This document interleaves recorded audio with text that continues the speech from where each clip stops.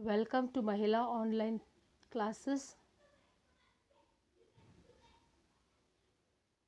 9th standard second language English supplementary reading. The topic The Happy Cure by Rose Dubs. First going to the glossary. First one, groan. It's a verb. Make sad sound when in pain. Second one, moan. It is noun. Moan, it is noun meaning painful sound. Third one, sharp. Sharp tabs means pricking. Next one, physician, this doctor. Next, surgeons, doctors who perform surgeries means operations. Dolls, stupid persons. Courtiers, a person who is part of the court of a king. Peer, look closely. Instantly, immediately. Summon, calling for a meeting. Politely, in a gentle manner. Trembled, shook slightly. Resolve, decide. Fancied, imagined. So coming to the lesson, the topic, The Happy Cure. It is retold by Rose Dobbs. I'll read the first 3 paragraphs and explain to you. A foolish king lay dying. At least one, that's what he said. Yes, he said he was at death's door. But the truth of the matter was this. The king was suffering from having nothing to do. He was being bored to death. So here what happened? A foolish king was king lay dying. Means a foolish king, he doesn't know what to do. So he was saying, I'm always going to die. I'm going to die. At least that's what he said. Yes, he said he wasn't at death's door. But the truth of the matter was this. The king was suffering from having nothing to do. He did not have any work to do. So he was telling this, I'm going to die. I'm going to die. The death is at the door. He was being bored to death. Of course, the king could not admit this. He groaned and moaned and complained of sharp stabs in every muscle and sticking pains in every bone in his body. Physicians and surgeons came from far and wide. They looked down the king's throat. They tapped his chest and they felt his pulse. They hemmed, howled and stroked their beards, but they would find nothing wrong. So what happened here? The second para. Of course, the king was not admit this. He groaned and moaned. So he was always groaning, shouting and moaning, and complained of sharp stabs in every muscle and sticking pains in every bone of his body. So he called the doctors and told, I'm having body pain. My body is fully paining. Here it's paining, there it's paining. So he called the physicians, means the doctors, and surgeons, those who do operations. From far and wide, means foreign doctors. From different countries, he called big doctors. They looked down at king's throat. As soon as they came, they checked the throat. They tapped the chest and they felt his pulse also. They heaved, howled and shook their beards. They told everything is perfect. Why the king is telling like this? But they could not find nothing wrong. Everything is perfect. The king is very, very, very healthy. Why the king is shouting like this? Next 2 lines. Physicians and surgeons are dolls. Cried the king. Aren't there any plain, ordinary doctors in the kingdom? So it scolds all those who came from far and wide, doctors and surgeons. He scolds them. They are stupids. They don't know anything. I have so much of pain. They are telling nothing is there in your health. Nothing problem is there in your health. So Next, what happens? The plain ordinary doctors came from hither and yon. They felt the king's pulse, tapped the chest, and looked down his throat. They howled and heaved, took off their spectacles, put them on again, but even they could find nothing wrong. Plain ordinary doctors are idiots, cried the king in a rage. The next one who examines me and finds nothing wrong will have no ears, cut off his nose, shortened. So here what he tells, the plain ordinary doctors also came from hither and yon. They came from far away places, that is to king to look after. They felt the king's pulse, tapped the chest, looked down his throat, everything as usual the other doctors did. These doctors also did the same to the king. They also howled and heaved. What to do? They took the spectacles. Again they put, what to tell? What is the result? Everything is perfect now. What to tell? Everything is perfect. They couldn't find nothing wrong. Plain and ordinary doctors are idiots. He scolded them also. They are also idiots, cried the king, means shouted in a rage. The next one who examines me, then he orders that next daughter who tests me or examines me and tells nothing is wrong, I will cut their ears and cut their nose. Next para. This did not stop the coming of the doctors and the surgeons and the physicians.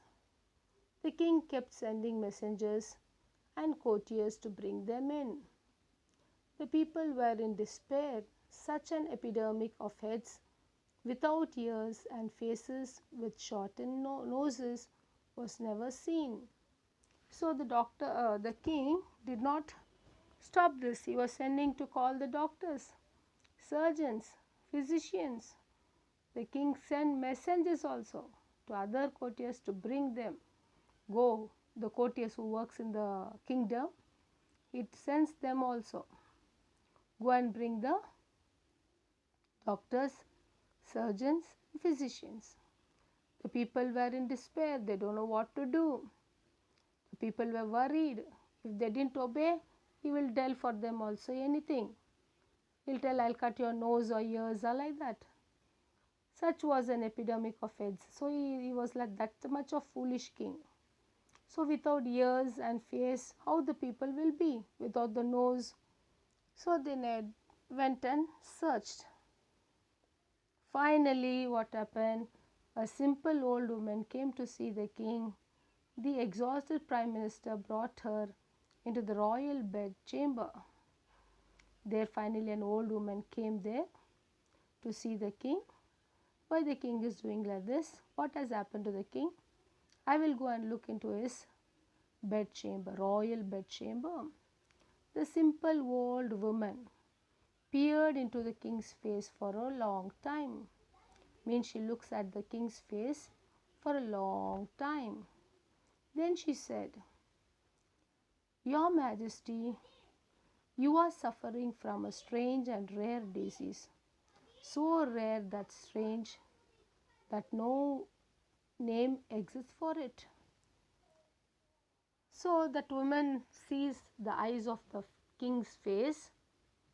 King's face she sees for a long time in his ears and examines and tells the king, Your Majesty, my lord, you are suffering from a strange and rare disease. You got a disease. That does not come for everyone. It comes only for some people. And that is come to you. There, I knew it, cried the king in glee. I kept telling all of them, the fools, that I am a sick man. Then the king shouts, Yes, you are right. Glee, glee means joy, cried the king, shouted the king in joy. He is happy and he is shouting, Yes, I am having some disease. I kept telling all of them, the fools, that I'm sick man, but nobody listened to me. They tell I'm healthy, I'm well, I'm good, but you told me the correct answer. A very sick man, said the old woman. You are very sick. You are very serious. The king leaned back among the silken pillow and closed his eyes and wrinkled his brow as if he were in pain. As soon as the lady told that he is not well, that man lay his body leaned. He leaned his body on the silken pillows and slept, and closed his eyes and wrinkled his brow as if he were in pain. So he started to become a patient. He slept on the bed, he closed his eyes and he told, I became a patient. I am very, very tired. And is there no cure for me? He asked. Then he asked the next question to the lady, simple old lady, that is there any medicine for me?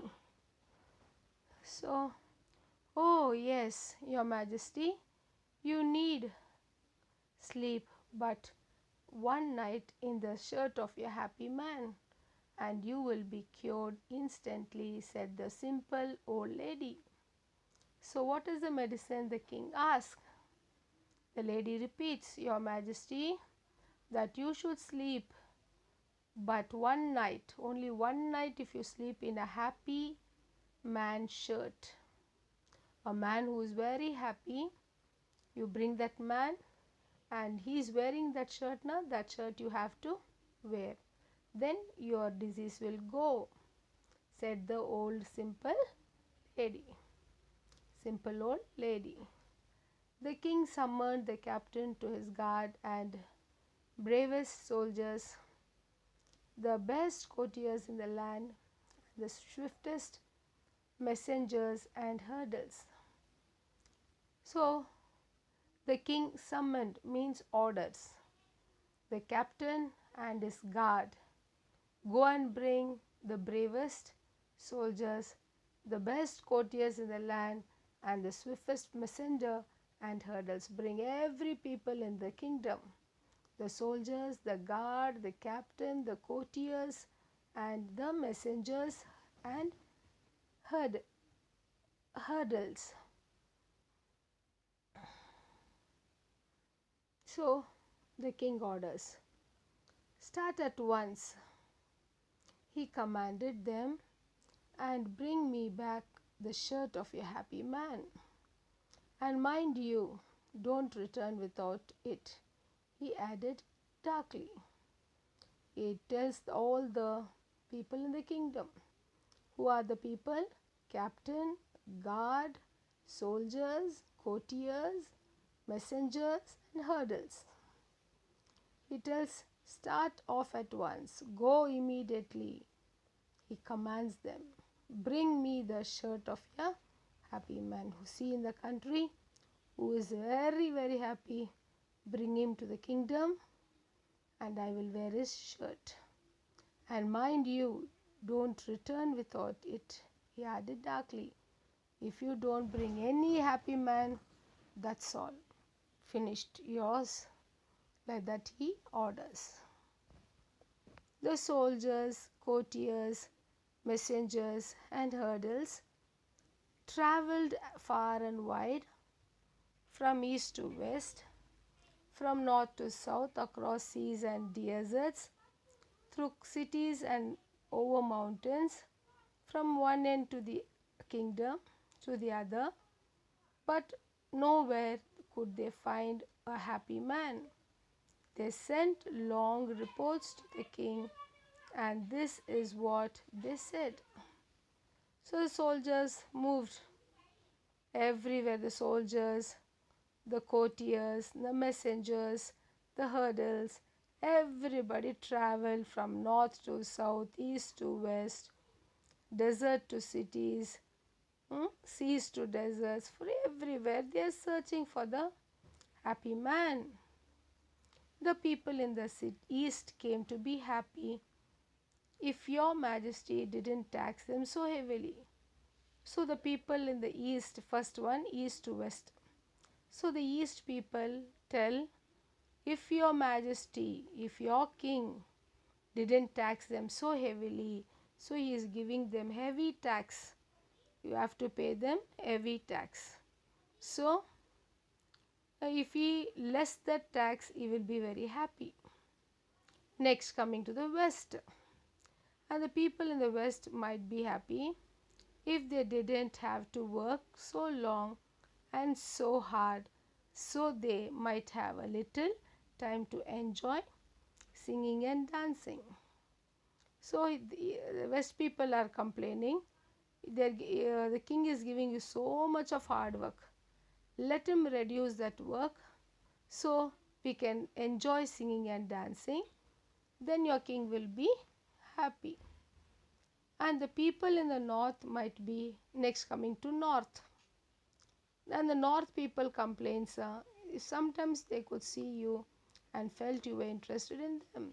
So the people in the north are telling, the king doesn't come and visit us. Let him come and visit us. Take interest in us so that he will be happy. Next, the south. North is over, south. The south people might be happy if your majesty could notice their industry and faithfulness and could reward them. So the south people are telling, if the king comes and visit the industry and faithfulness, they would reward them. So here the king explains them, if the king is not coming and visiting them and is not giving them reward also, so they can come and visit and give gifts or like that. He tells rewards. Rewards means gifts. Then what happens? The next para. And the people in the south might be happy. So south is over. The king read the reports hastily and flung them away. But as the time went by and none of the messengers turned, and more reports came to him of the people, they might be happy. If the king so chose, he began to read more carefully. So other reporters came. They read everything, what the east, west, north, south people told. They read the reports to the king and they flung them away. They came and read and they went away. And more reports came like this only from the people. So the king choose. So he can choose what and all the people told. He began to read more carefully. One day, a little stable boy approached a stranger who was happily singing. "Good afternoon," he said politely. "What makes you sing so merrily?" So one day what happened? When the king was in his bed chamber, a man comes, as he very happy. "Good afternoon," he said politely. "What makes you sing so merrily?" The king asked. "You are so happy. What is the matter?" "I sing from joy," said the stranger. "I love my fellow men. I own but little and want less. I am happy man and I sing." So the stranger tells, "I am sing with joy. I am very happy, so I sing. I love my fellow men. I love everybody. I love all the people. I don't have any enemy. I own but little and not less. And it tells, I have only little in me and I am very happy. That is enough. I don't have more luxurious life. I am a happy man, so I sing. A happy man, cried the little stable boy. Oh, do you want to know then what the whole kingdom is looking for you? Do you not know the king is very ill? And only if you can sleep one night in the shirt of a happy man, he can be cured. Quick, quick, take off your shirt. Quick, quick, give it to me. So one of the soldiers standing there, guard, one of the guards standing there asks all these things and he tells, you don't know the king is very ill, come and see him, or you first come with me, quick, quick, come fast, give me the shirt, he asks. The man burst into laughter. My shirt, he gasped. Why, you little fellow, I don't possess a shirt. And jumping off his feet, he gathered his tattered coat about him and walked off. The little stable boy flew to the palace past the guards and the prime minister and sped right into the royal bedchamber. So the man burst into laughter. My shirt. So the man who was very happy, as he hears the story of the king, he burst into laughter. My shirt! He gasped. He shouted, why, you little fellow, I don't possess a shirt. If I give off that shirt, I don't have any other shirt. Please give my shirt. He jumps and runs back of the guard. The little boys flew to the palace, the guards, the prime minister, all into the bed chamber of the king.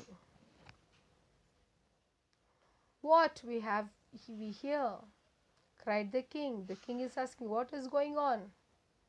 What, everybody are running and coming. What is the matter? The little stable boy had to wait to recover his breath before he could talk. Oh, your majesty, he cried.